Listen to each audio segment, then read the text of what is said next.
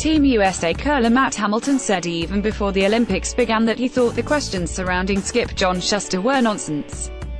In Hamilton's mind, even before leaving for PyeongChang, he knew this Olympics would be different than the last two for his skip. This is a new team and I can't speak for John, but I think this is one of the highest levels of confidence he'll have going into an Olympics, Hamilton said late last year. As a skip with a team like our team that he's had for so long and just believes in, he knows that we believe in him and he believes in us, and it makes for a healthy atmosphere to play your best. The last two Olympics for Team USA were less than stellar, to put it lightly. After winning bronze in 2006, the only U.S. Olympic medal ever in curling, the next two games saw the U.S. finish at or near the bottom of the standings each time. The disappointments of 2010 and 2014 forced USA curling to make some changes so the sport could keep pace with other curling-crazed countries like Sweden and Canada. In 2014 they created the high-performance program to try to change the culture of U.S. curling from simply self-coached teams. Players put together themselves to teams formed by the HPP, with the addition of funding for coaches, trainers and even sports psychologists. However, Shuster's team, the current squad playing together as Team USA, was not formed by HPP. Shuster handpicked Tyler George, Matt Hamilton and John Landsteiner himself in 2014. Shuster and George were friends from curling back when they were young, both hailing from Duluth, Minnesota. Hamilton said that the four were actually rejects of the program when it was first formed, after initially not getting invited. When he called me I was like, so you're calling the rejects because we were rejected from the club basically. Hamilton said of how Shuster formed the team.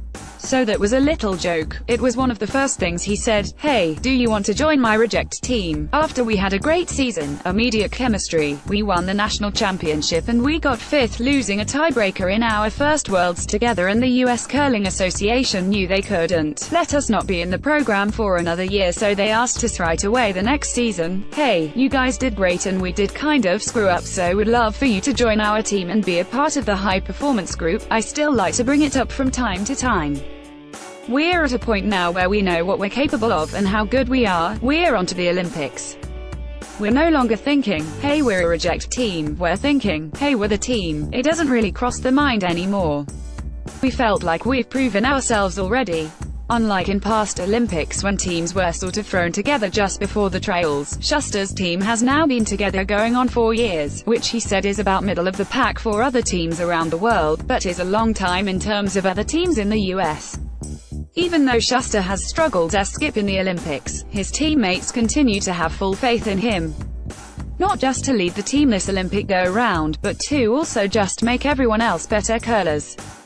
While others may have lost confidence in Shuster, his teammates never did. John is obviously a superstar curler and one of the best in the US. For a long time, Hamilton said, "I was always on the cusp of being really good and I was just hoping that the input he's got and the knowledge he has and the patience he has for this team will rub off on me and take me to the next level, and it's really helped a lot." Again, it really comes down to believing in each other and believing that he knows when he calls a shot for me that I'm going to make it. When he's making everything and walking around like he owns the sheet, it's fun to watch. George said following Monday's win over Canada, "You get a skip who plays like that, the rest of us can go and throw left-handed if you want, and you're probably still going to win the game." Preparations for these games were much different than in years past, with a much larger emphasis on conditioning and fitness. Shuster himself said he dropped 35 points since Sochi, and can tell a big difference on the ice. But would the changes translate to wins? PyeongChang looked like it could be starting the same way for the Americans as the last two games. They went 2-4 in their first matches of round-robin play, in danger of being eliminated from semi-final contention early again. But something happened in our seventh game of play. Facing Canada, the three-time defending gold medalists and class of the curling world, Shuster's team proved that this year was definitely different than Olympics past. They trailed just one time in 11 ends of play, and finished the game with an emphatic game-winning takeout by Shuster for 2 points and a 9-7 victory. Shuster couldn't contain his emotions on the ice, kicking his leg into the air and letting out a scream. He also couldn't contain his emotions off the ice, breaking down into tears while being interviewed by reporters. "The Olympics has been so tough for me," he told reporters while fighting back tears after the game. This is my story.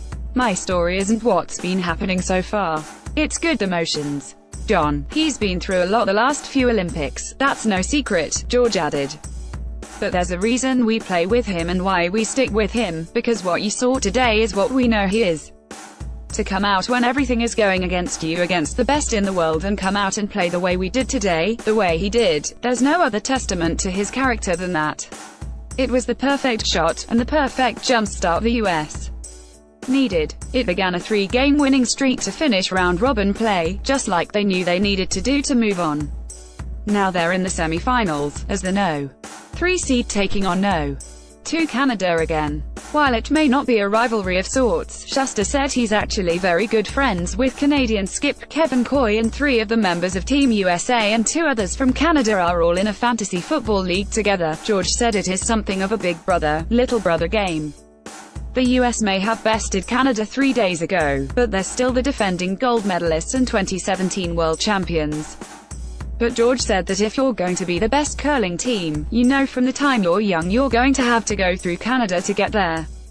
So Thursday's game is something they've been preparing for a long time. This is what you dream about as a teenager, George said. When you're out practicing, throwing rocks. If you want to play anybody at the Olympics with medals on the line, it's Canada. To actually get to a game like that, man, it's amazing. The US men will take on Canada in the men's curling semi-final Thursday morning at 6 a.m.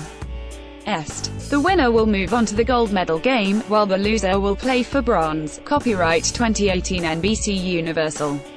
All rights reserved. Any use, reproduction, modification, distribution, display, performance of this material without NBC Universal's prior written consent is prohibited.